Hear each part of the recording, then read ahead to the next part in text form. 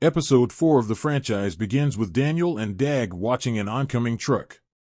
It's cameo day. Mini-Man, from the Centurios 2 movie, is making a cameo in their film, and even Adam is pumped to work alongside an actual A-lister. After all, the cameo is what links this film to the greater franchise. However, the whole team is due for a shock when they see that the studio has not sent Mini-Man, they've sent the Gurgler instead. The Gurgler, Daniel explains, is the worst Centurion who gurgles up toxic mucus. Anita makes everyone put on a happy face and greet the actor, Kyle. Adam greets him as well, and we learn the two actors played brothers on a sitcom called Brad and Butter, where Kyle played the fat brother.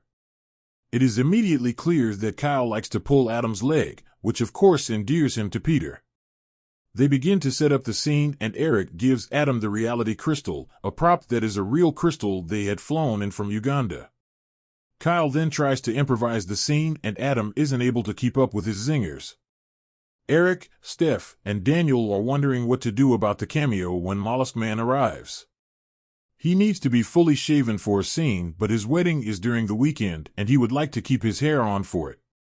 Despite Daniel and Steph advising otherwise, Eric says he can postpone the shaving.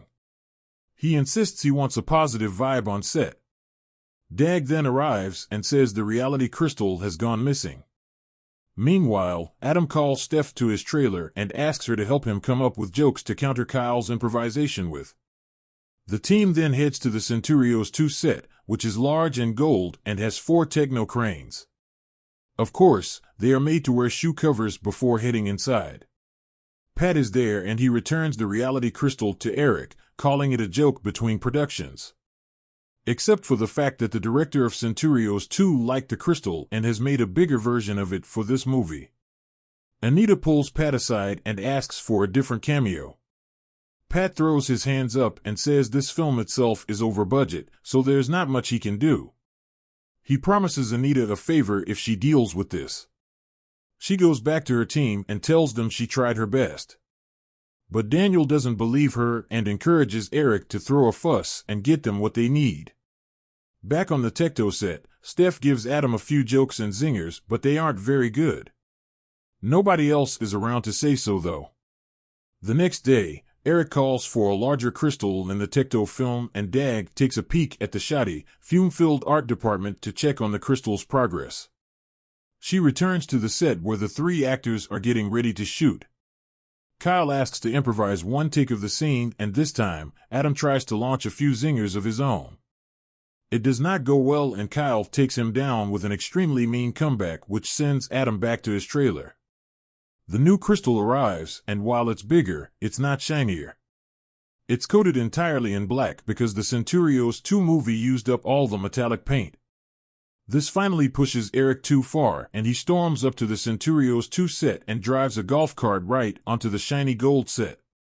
He comes back in a rage and decides to start shooting immediately. Since Adam is in his trailer, the only option is Mollusk Man, and Eric orders that he get shaved immediately.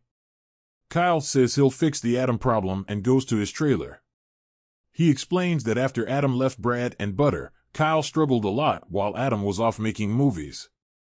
And he blamed Adam for it even though it wasn't his fault. He asks Adam for a truce and offers a hug, but when Adam agrees, Kyle kisses him on the mouth.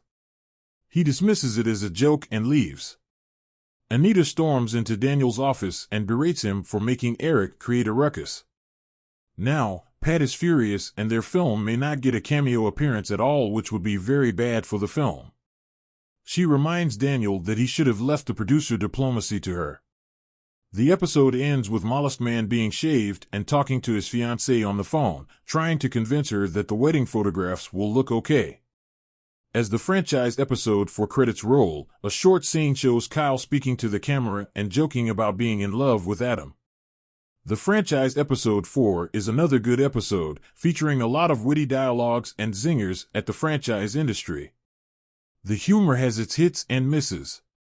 Steph teaching Adam to improvise wasn't quite funny, and a few other moments, like the 2 gag writers on set, don't add anything to the humor.